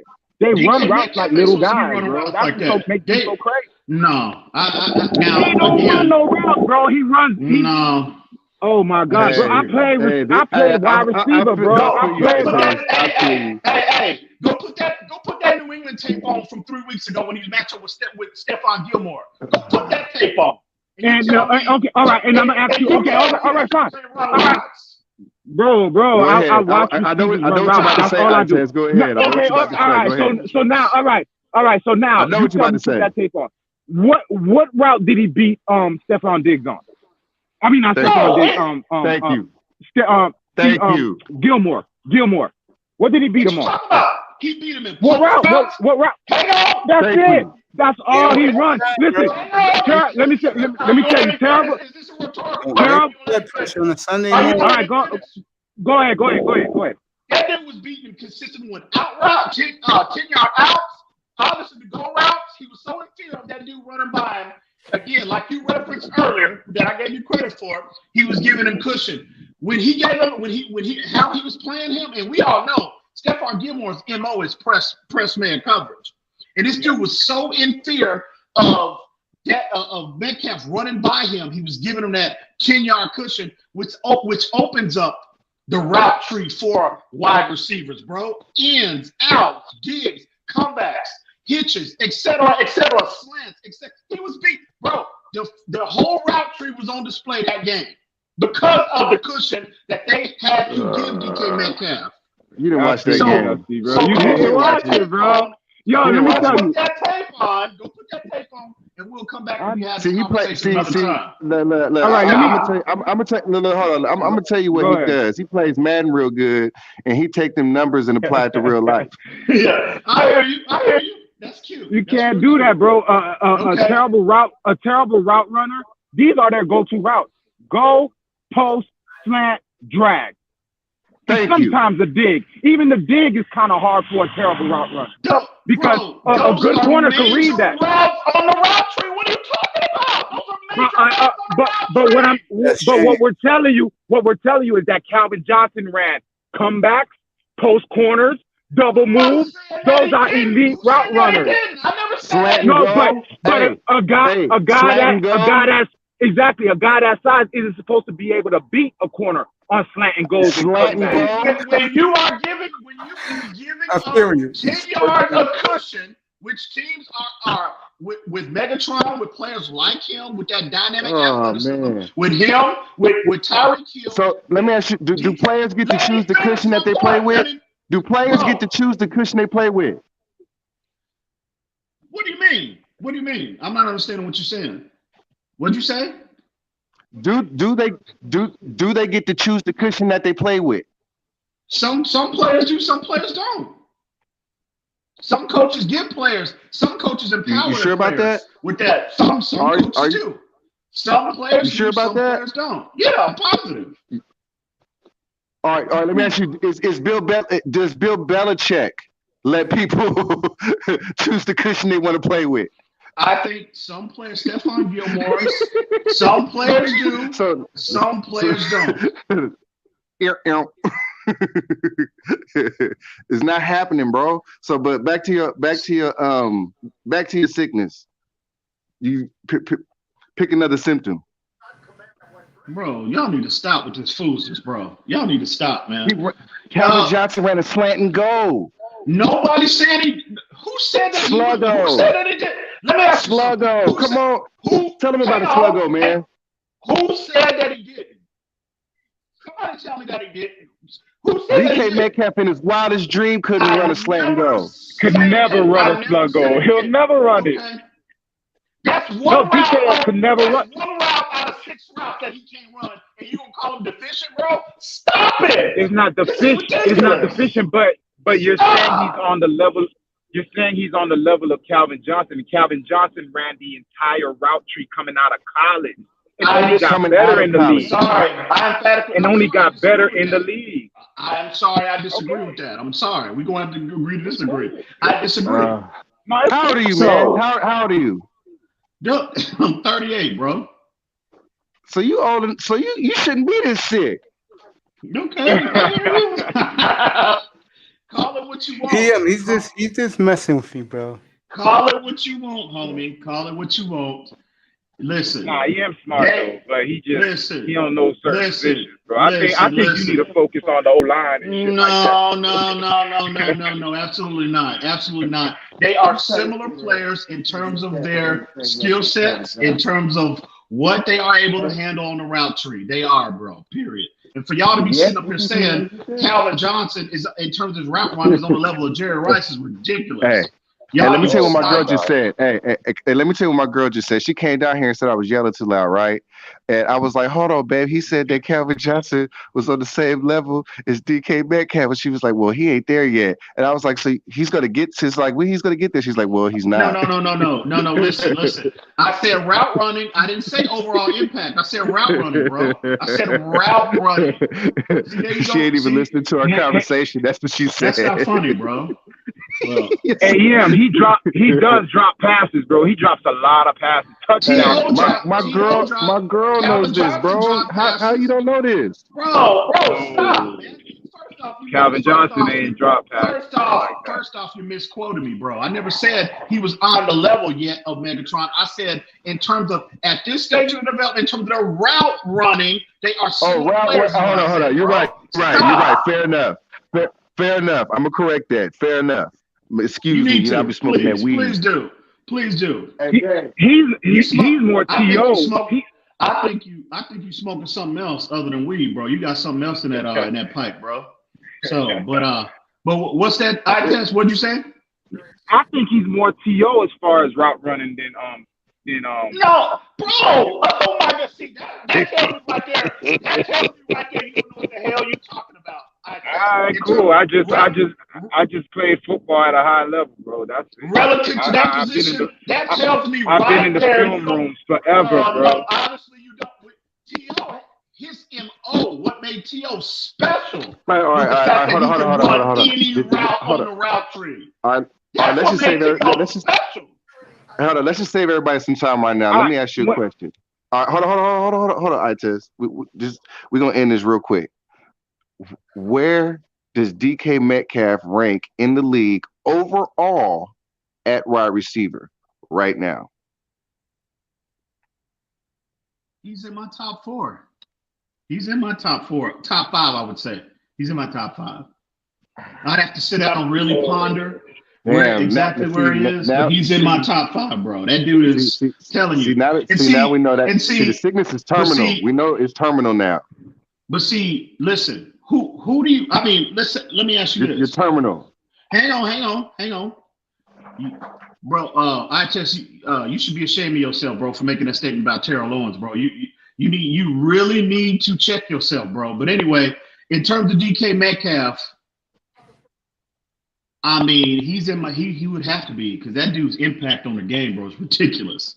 I mean, that dude. I mean, you know, man, he's in my top. I have to sit and really think about it. I got my mind focused on the game right now, on the Dolphins game. So I have to really sit and ponder and really, to figure out exactly where he falls. But I would say he's in my top 5. Most impactful wide receiver in the National Football League. Absolutely.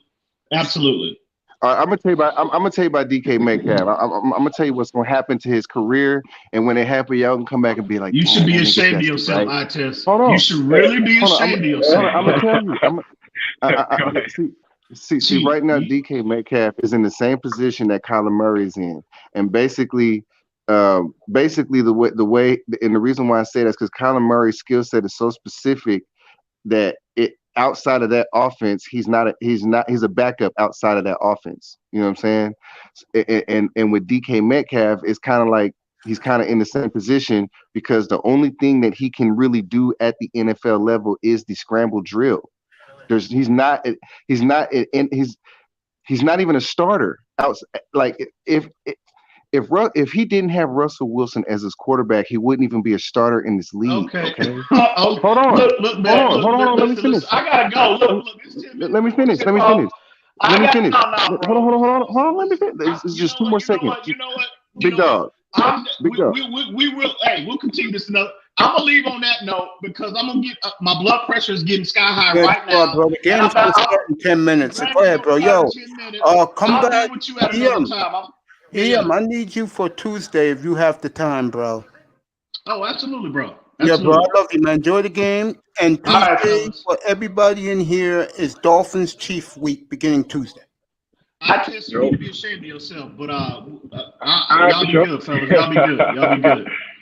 Tell your life, bro. Yeah, man. Relax, brother. So basically what I was saying. Just real quick, he's not he outside of Russell Wilson, he's not a successful quarterback.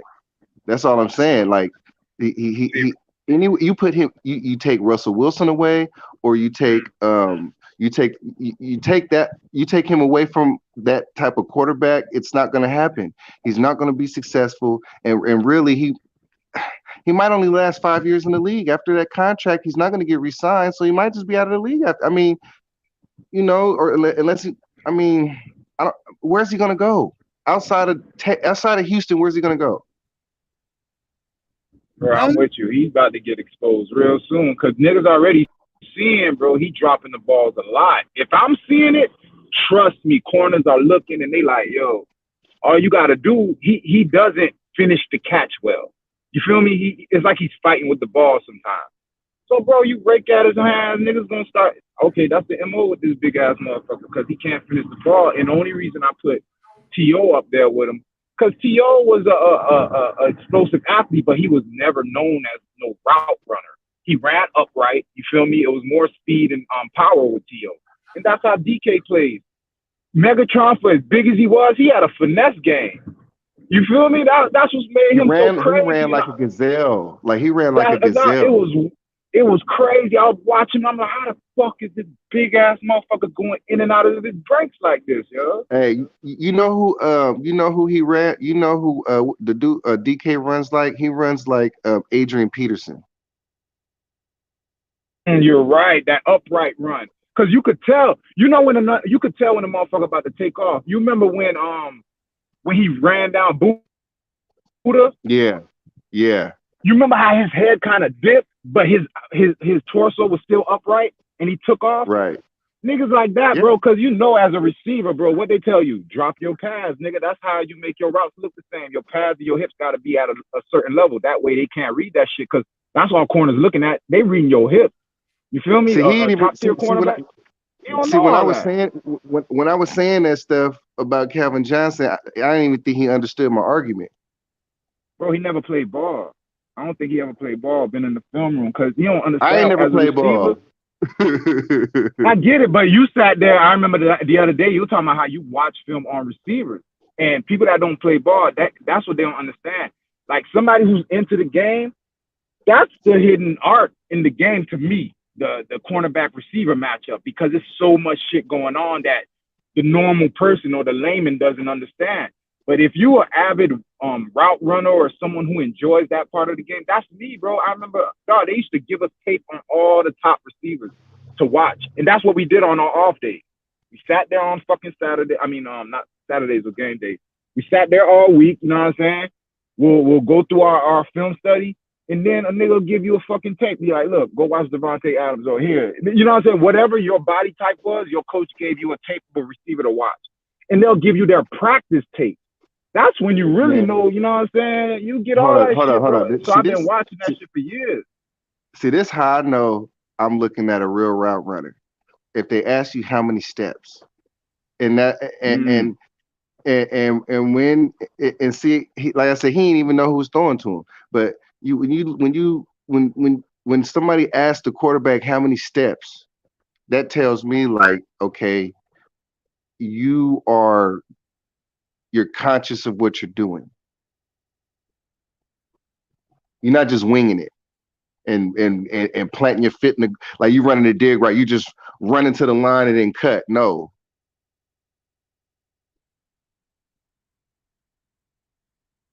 I don't know, man. Like, all right, so give me your top 4 grades, I test. Let's hear it. Receiver. I'm gonna say Hopkins, Devontae Adams. Right now Devontae Adams.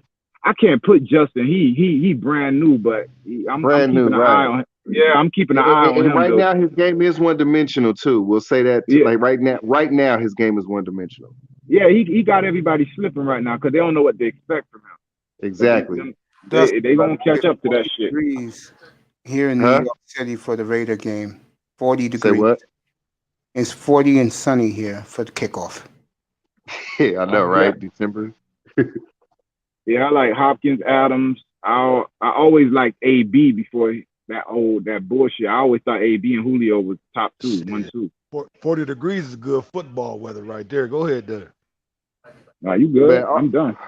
Yo, I love. I keep saying. I'm gonna say it again. Who's your fault, Mace? Oh no, hold up. Brandon Ayuk is getting up there. I know he's just a rookie, but bro, I'm loving his route running right now. You know who I love, and because the team stinks this year. In his 3rd year, Calvin Ridley's coming on now, bro.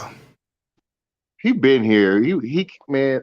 See, like people didn't talk about Calvin Ridley because of his size and because of he's with Julio and Julio, you know. But people who watch, what Calvin Ridley's not surprising anybody. You know who my comp on Calvin Ridley was when he came out? Who? Marvin Harrison. Yeah, I'm going to say something about this because this will be in I-Test's wheelhouse. Like Jerry Rice has done for T.O. career, I think Julio Jones has done for Calvin Ridley's. I mean, I think it worked the Jerry Rice way because T.O. was bigger, but I don't think it necessarily works the same way with Julio because when you look at Calvin Ridley, like Julio had to get drilled in his head. Well, of course they have a different game, but like Calvin Ridley, they have the things that Julio can teach. Calvin Ridley wouldn't necessarily be the best thing for Calvin Ridley to learn because he's a smaller guy. Yeah. All right, guys, I'm about to wrap this up. Your big, I'll do 3 games. Cleveland, Tennessee, who wins? I go around the panel. Cleveland. I test don't care. Des James? Cleveland. Star P? Cleveland. Big time? Tennessee. So you got 4 Clevelands, 1 mute, and 1 Tennessee. I only said Cleveland because Dusty said Cleveland. Hey, big time. Big time. I'm going Cleveland, of course. You want to do a 20 bet? Big time? Yeah, I'll take the 20, man. All right, I'm gonna write straight up, no points. Yeah, just straight up. Yeah. Niners, Bills tomorrow night. Niners, baby. Niners. Yes. Bills. Big time. Bills. Fucking haters, bro. I ain't got Tennessee for the. I'm taking the Niners. I'm taking Niners. Star Platinum. Why? Hold on. In what world does the Niners beat the Bills with all their? Bills? I like the Bills. Go ahead. They're getting healthy again. Healthy, bro. We off the COVID list, bro. We back, nigga. This might be underdog season. Y'all really think San Francisco gonna win beat the Bills? San Francisco's coming on, bro. No, I will not do this game next week because of the big one down in South Florida. Who wins next week? I believe the winner makes the playoffs. The loser doesn't. Minnesota at Tampa. Minnesota. I know. I got you. Star. Vikings. Des. Tampa. Big time. Yeah, Tampa. All right. I love you guys so much. You know that. I will see you guys 7:00 Eastern. I will come up here during the end of the Seahawks Giant game, and we'll see what happens. You guys enjoy your football. Everybody in the chat room, I love you. Dwayne, come up at 7:00. I want to hear your perspective about next week's showdown in Miami with the Chiefs. Love you guys. Appreciate you guys. Enjoy your football on the NFL Sunday.